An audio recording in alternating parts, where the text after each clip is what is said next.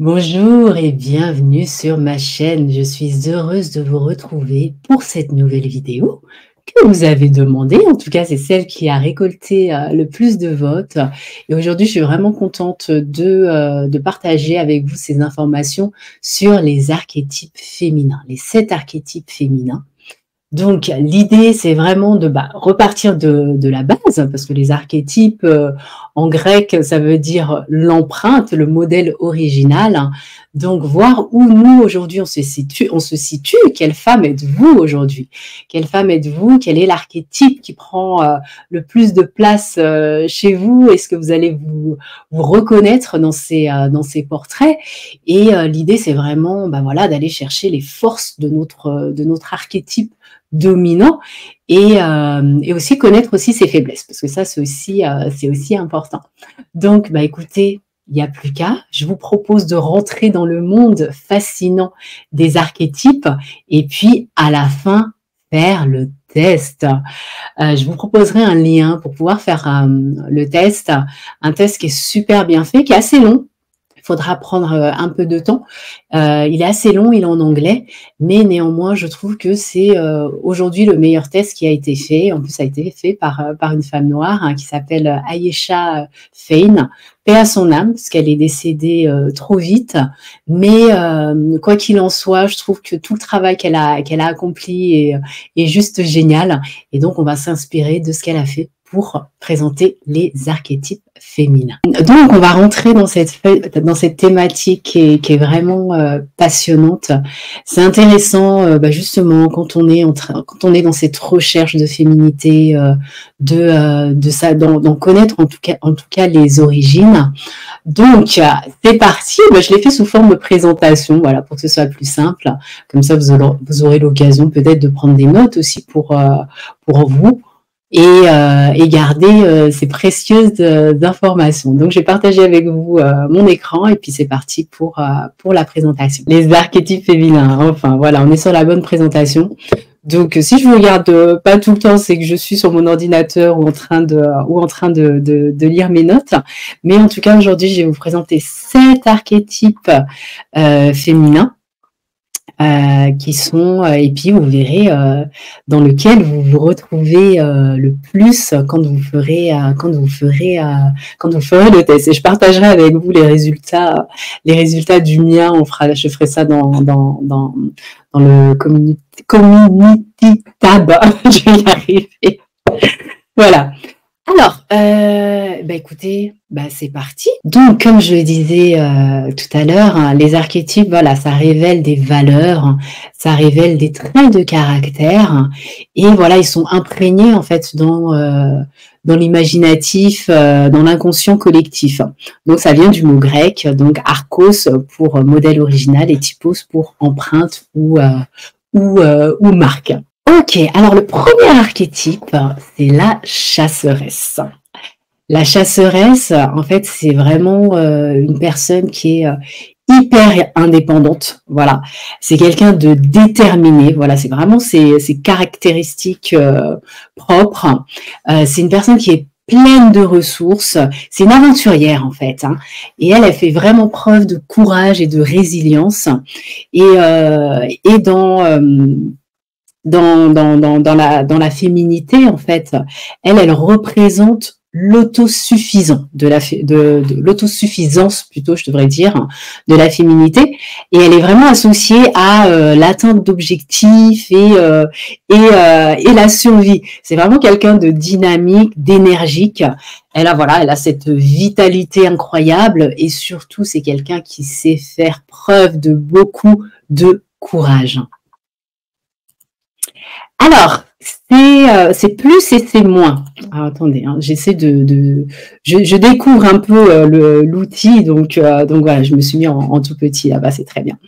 Donc les plus et les moins de la chasseresse, ses forces, vraiment, c'est sa capacité à aborder les challenges de la vie avec courage, c'est ce que je disais tout à l'heure, et voilà, elle va utiliser ses propres ressources. Et c'est quelqu'un qui encourage aussi les autres à explorer leur indépendance, et elle prend des risques calculés et elle reste toujours focalisée. Après, elle a un côté plus sombre, que j'appellerais plutôt point négatif, mais bon, voilà, j'ai mis côté sombre.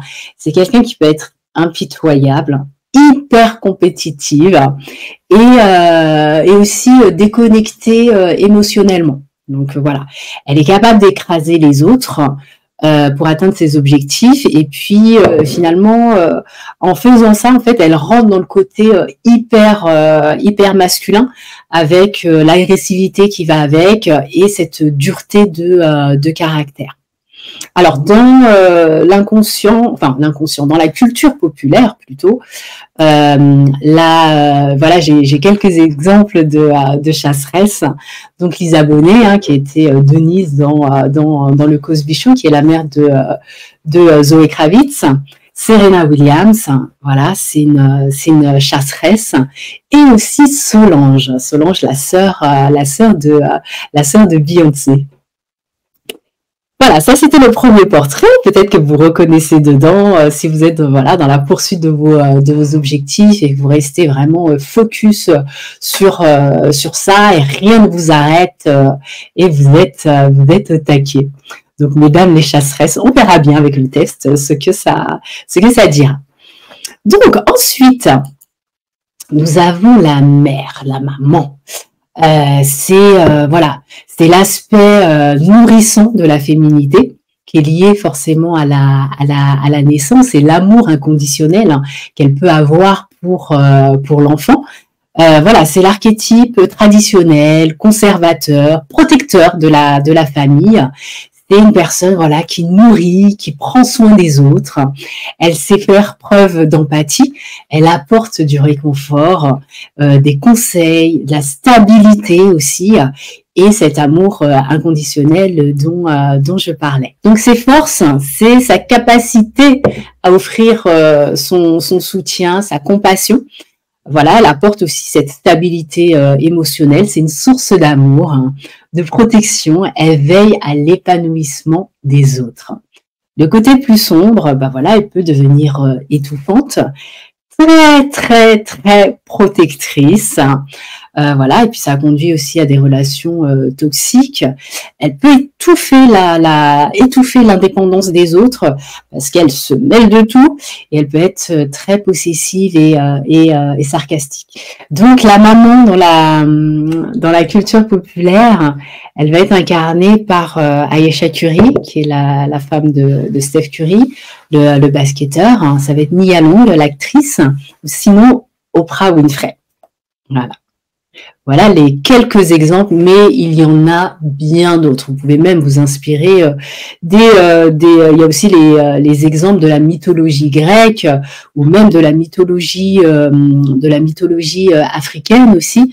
Tiens, j'aurais dû ressortir mes cartes, mais bon, peut-être on fera ça lors d'un live ou autre, où je ferai une autre vidéo à ce sujet-là, avec les déesses africaines. Ensuite, vous avez l'amante.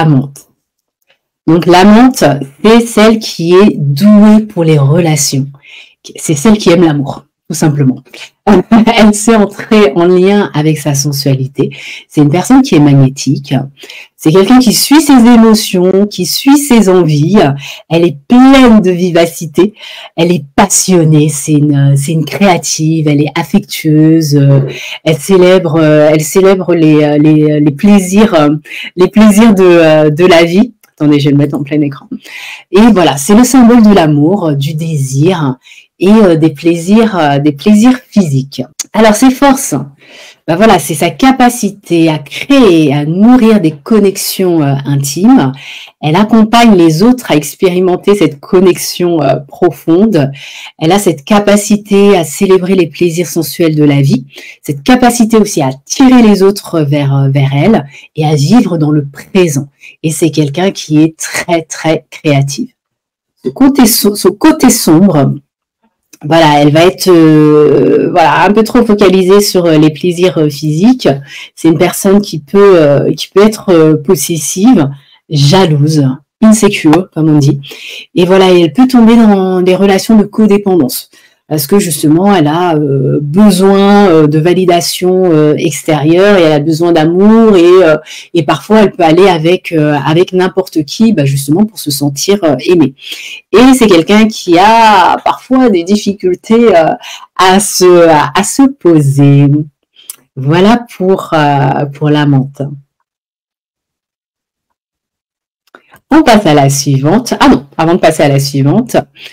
Donc, la menthe, dans la culture populaire, elle va être représentée par Jennifer Lopez, Halle Berry, ou Samantha Jones dans Sex and the City. Alors là, pour le coup, là, c'est Samantha Jones. Je trouve que c'est un très très bel exemple.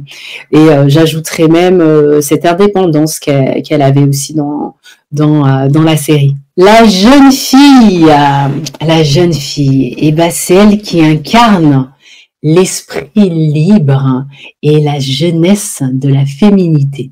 Voilà, c'est la jeunesse, c'est l'innocence, c'est l'optimisme, elle est joueuse et elle est spontanée.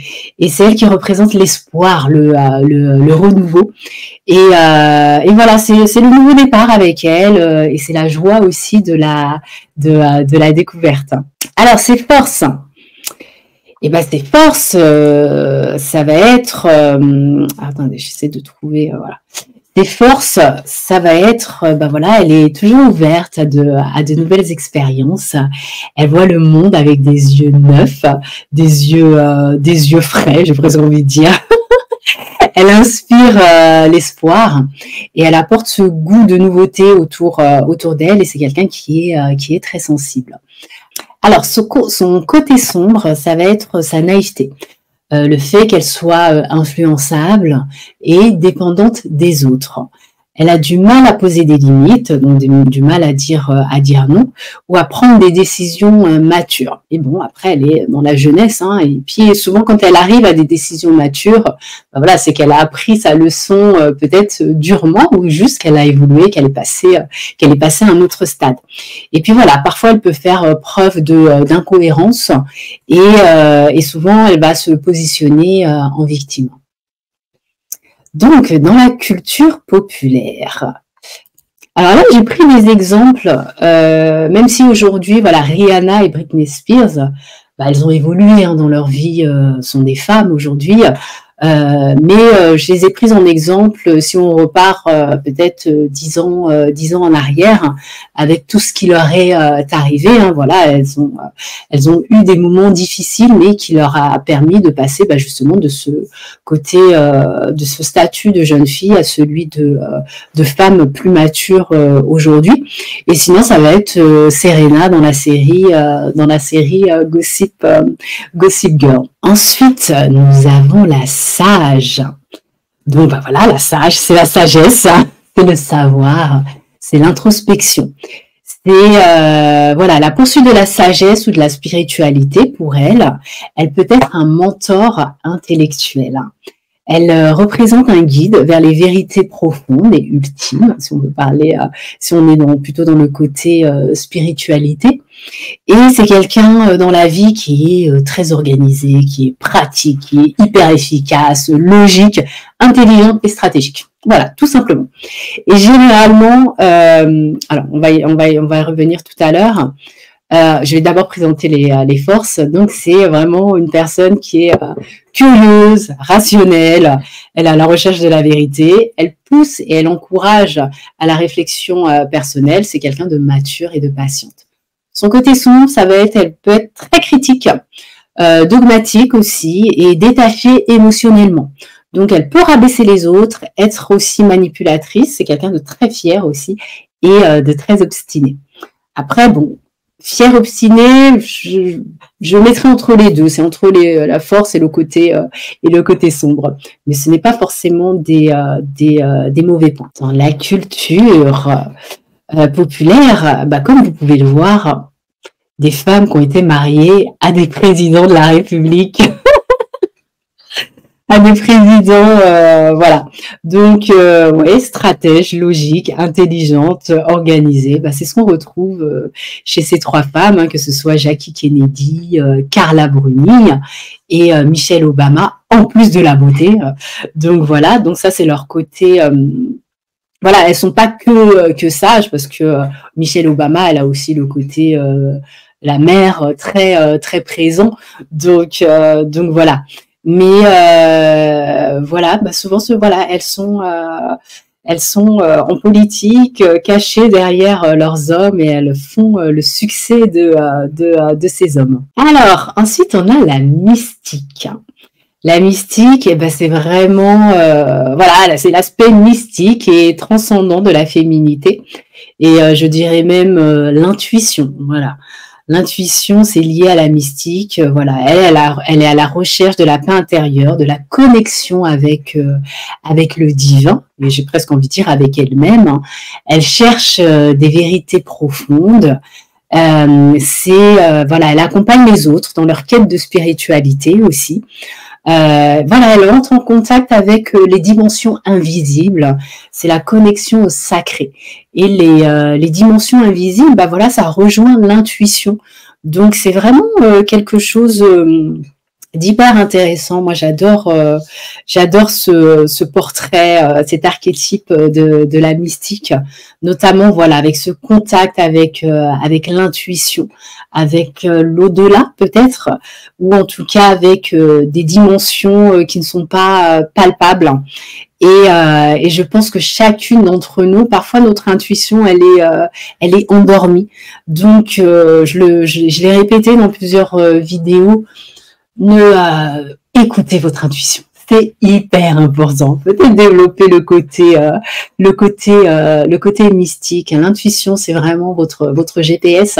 Et je compte en faire une vidéo par rapport à l'intuition. Donc, les forces et les côtés sombres. Donc les forces, bah voilà, c'est sa sensibilité. Elle est tout le temps dans l'extase. Elle a cette passion pour le mysticisme et l'occultisme. Elle possède des qualités, des capacités, moi je dirais même qualités, voilà, extrasensorielles, notamment quand elle est en lien avec son intuition. Et voilà, elle offre aussi cette capacité, elle a cette capacité à offrir un aperçu spirituel et profond, et elle peut offrir aussi un accompagnement aux autres vers cette voie. Donc parfois elle peut vivre dans la désillusion, elle est perchée, elle peut être détachée de la réalité. Voilà, elle peut utiliser aussi la spiritualité contre les autres, voilà, pour les manipuler, pour les contrôler.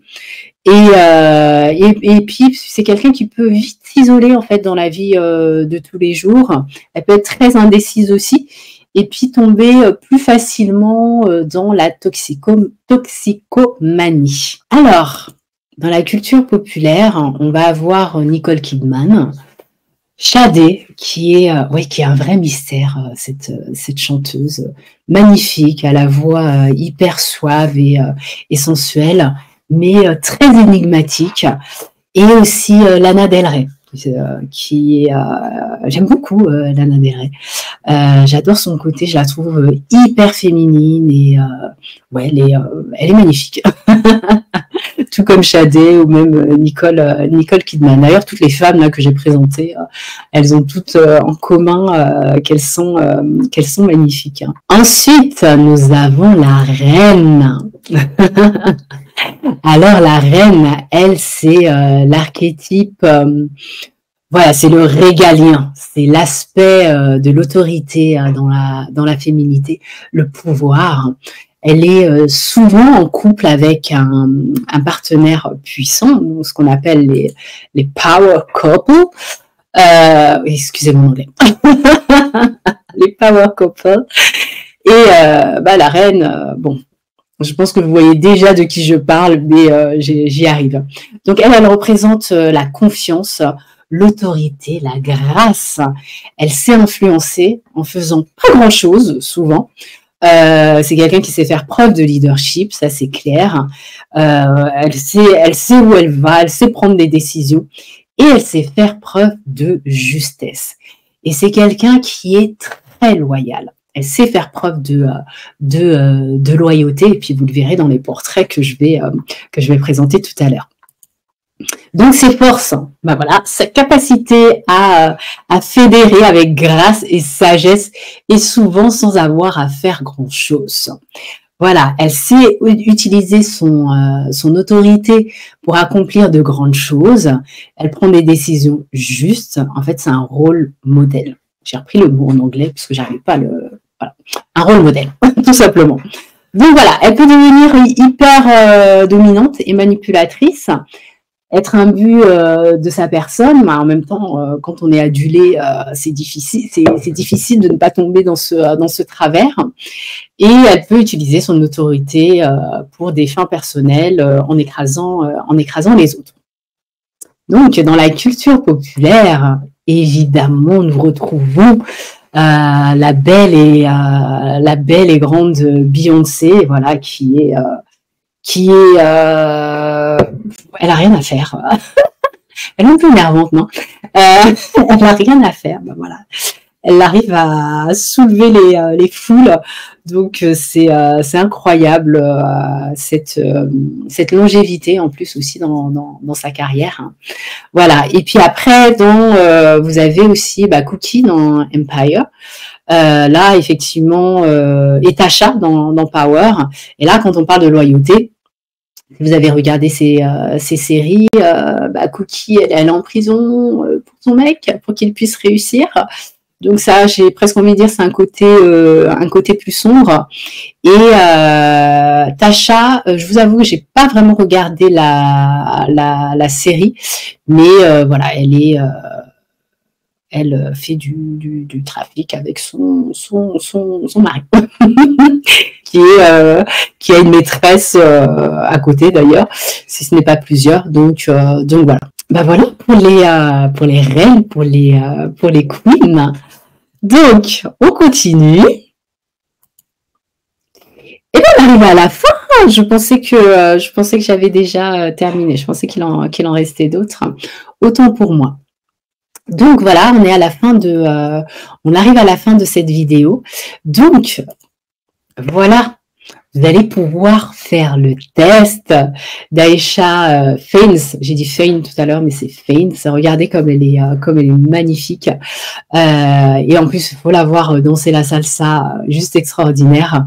N'hésitez pas à liker quelques vidéos de salsa. Donc voilà, elle est partie trop vite, mais en tout cas, vous pouvez faire le test qui va un peu plus loin que les archétypes que je vous ai présentés là, parce que là, elle est vraiment sur les archétypes de séduction. Donc c'est intéressant en cette période de Saint-Valentin de voir quel archétype vous pouvez être par rapport à la séduction, par rapport à l'amour. Bon, déjà, si vous êtes l'amante, c'est déjà un très très bon point. Donc c'est tout pour cette vidéo. Voilà, maintenant vous connaissez les 7 archétypes. Vous pouvez aller faire le test.